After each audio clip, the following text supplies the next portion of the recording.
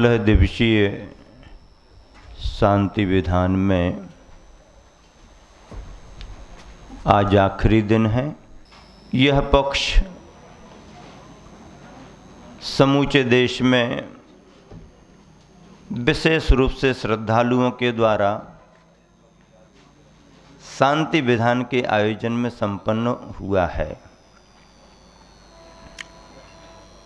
चौथे बलय की आराधना में 64 रिद्धियाँ,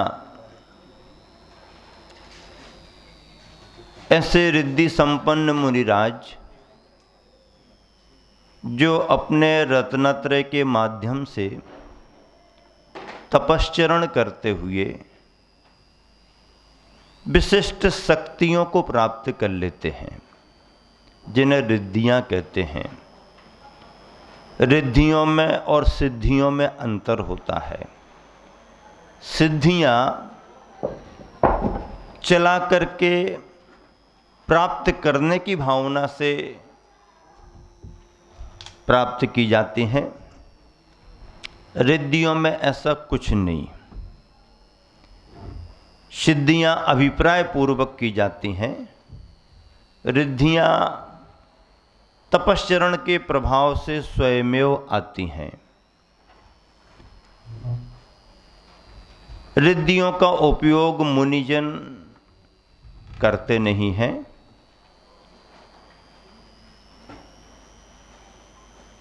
लेकिन उन शक्तियों का प्रभाव, रिद्धियों का प्रभाव मुनिराज के विराजमान होने से स्वयमेव पड़ता है। यही उन रिद्धियों की विशेषता होती है।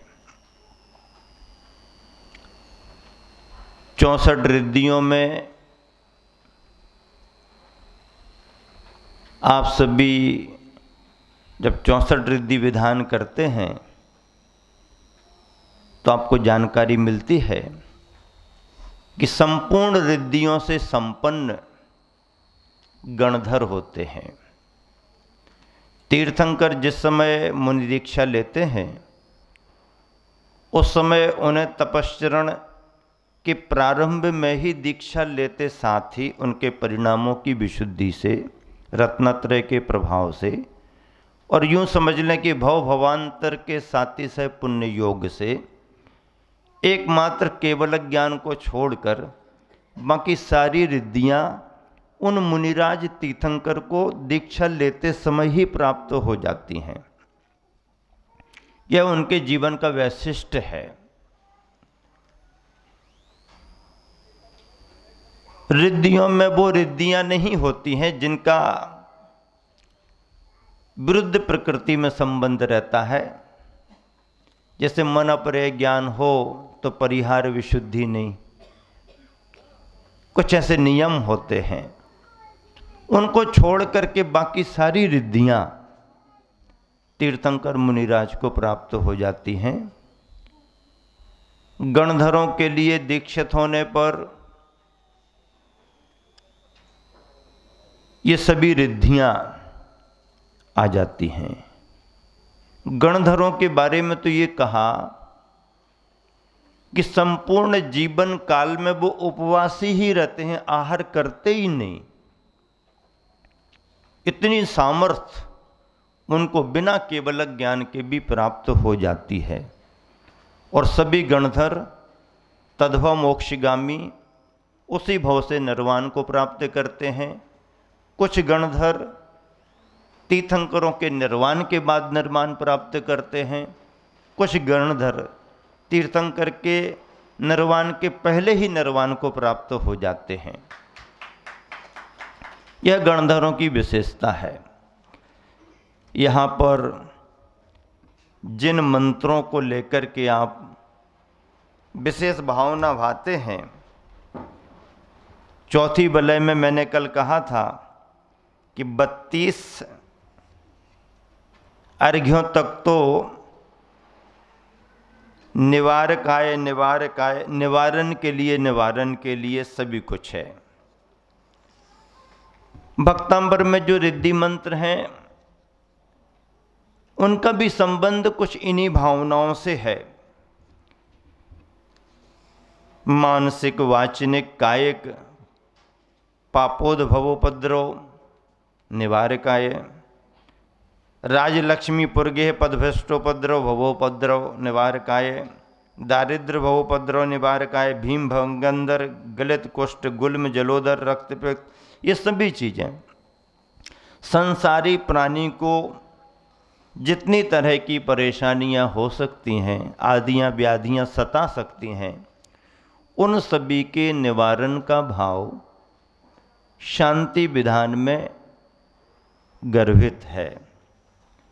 और इसीलिए गृहस्थों के लिए विशेष रूप से समय समय पर इस विधान को करते रहना चाहिए। संस्कृत के विधान को आप सभी जन कल करेंगे, भावपूर्वक करेंगे, क्योंकि बार बार ऐसे अवसर नहीं आते हैं। हिंदी का विधान तो बड़े रूप में, छोटे रूप में, व्यक्तिगत, सामूहिक करते ही रहते हैं।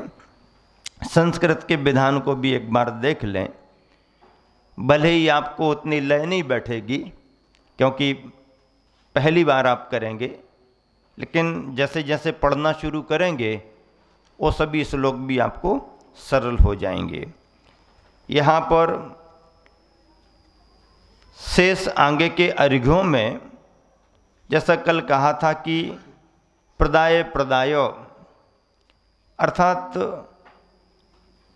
शुभ उपलब्धियां हमारे लिए जीवन में प्राप्त हों, ऐसी शुभ उपलब्धियां जो लोक जीवन में भी महत्व रखती हैं और परमार्थ के रूप में भी उन उपलब्धियों का महत्व है।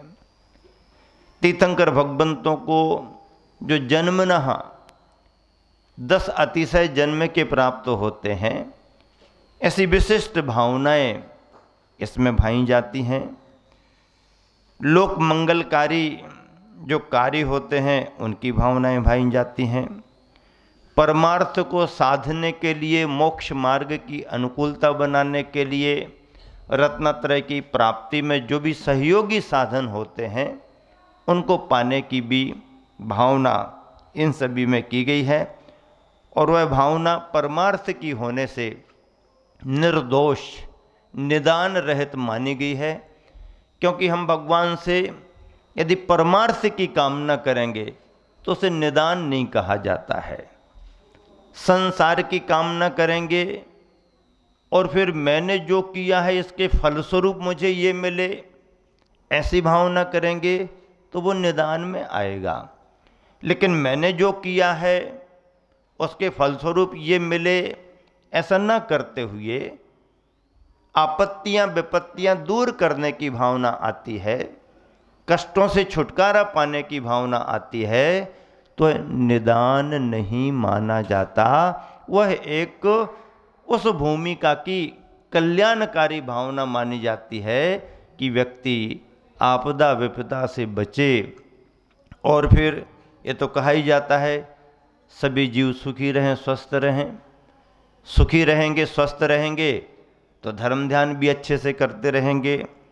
शरीर की अनुकूलताओं से ही मोक्ष मार्ग की साधना होती है।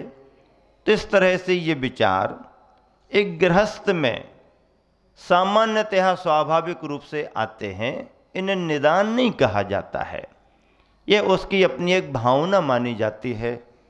हालांकि अपने आचार्य भगवंत ये भी कहते हैं कि यदि आपने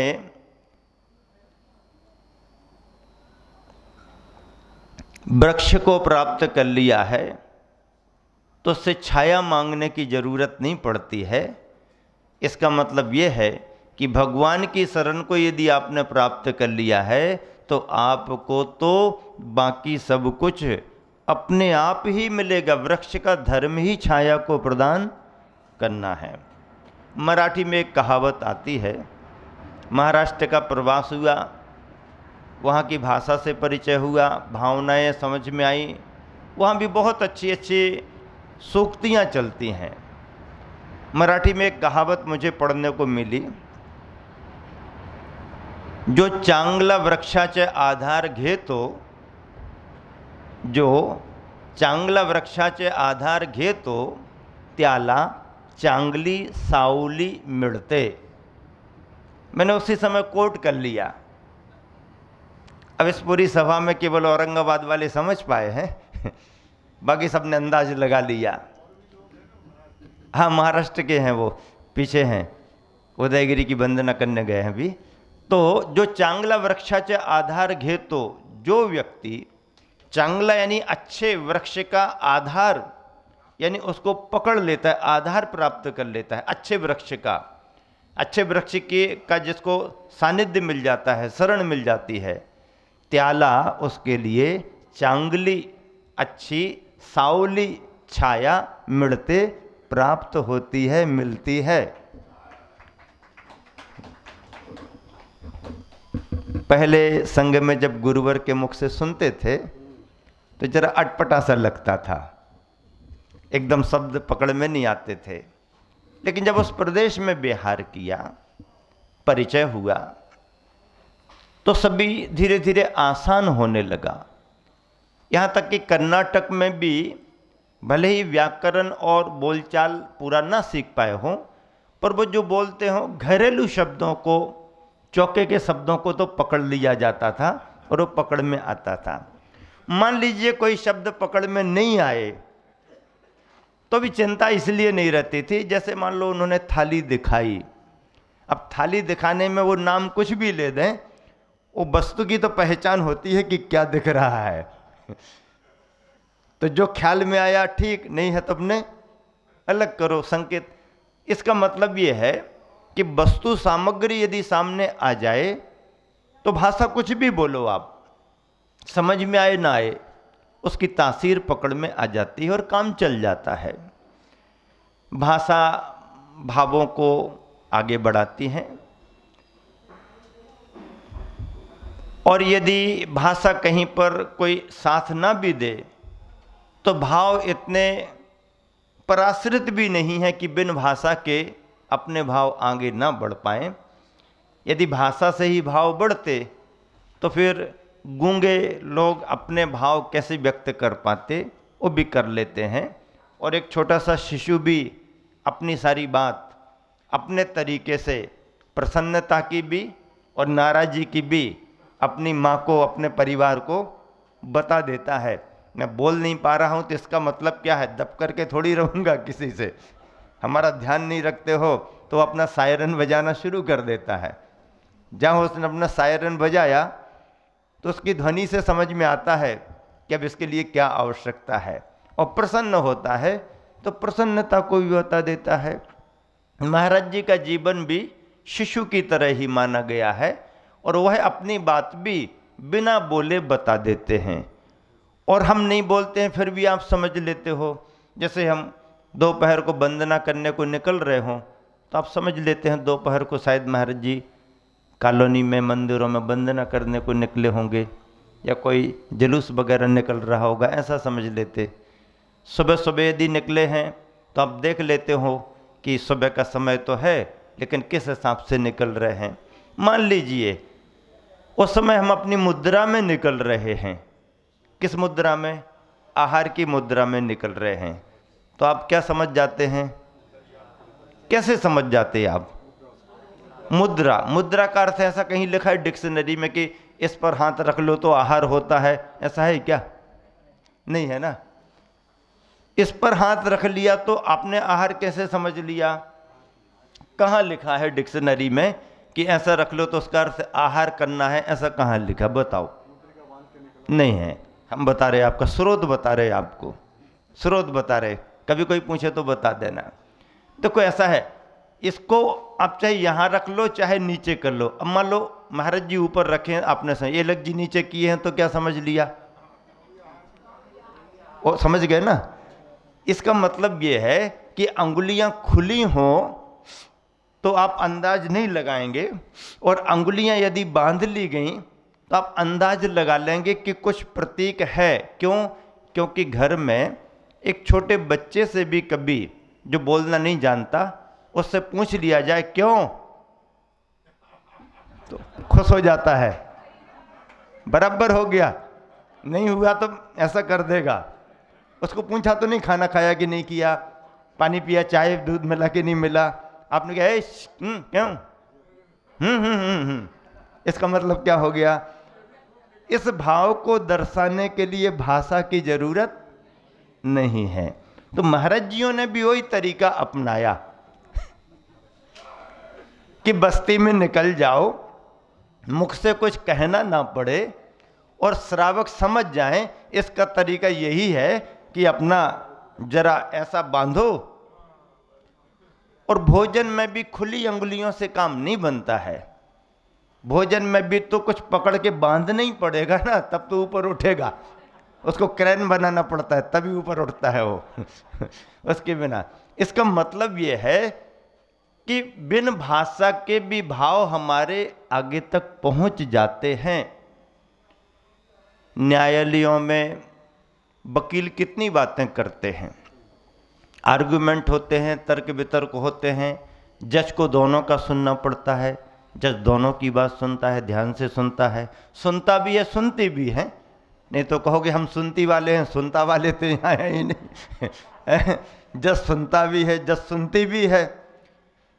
कई बार कानून कुछ कह रहा है, घटना कुछ कह रही है, कागज कुछ कह रहे हैं, फिर उसके बाद उस जज को ये भी अधिकार दिए जाते हैं कि तू अपने अंदर के भावों से, तेरा जो विवेक बोले तदनुसार तू निर्णय कर सकता है, कर सकती है।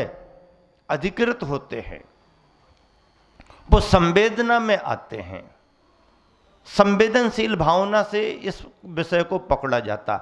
इंग्लिश में एक कहानी पढ़ी थी हमने मिडिल स्कूल में। माँ का बेटा था और बचपन में उस बेटे को दूसरी ने पकड़ लिया और उसने अपना अधिकार जमा लिया। अब असली माता के पास से बच्चा चला गया, वो बहुत परेशान रही। उसने दिया ही नहीं, बोली हमारा बच्चा है, क्या प्रूफ है तुम्हारे पास कि तुम्हारा है? अब क्या क्या प्रूफ दें? वो बहुत परेशान हो गई, राजा के पास गई, राजा के सामने बात रखी। उसने कहा हमारा है, हमारा हमारा। राजा निर्णय नहीं कर पा रहा, ये करी हमारा, ये करी हमारा, ये करी हमारा, ये करी हमारा। राजा बड़े पशु पेश में रहा, बोले आज तो उत्तर नहीं देंगे, कल आप लोग आना, कल आपका समाधान करेंगे।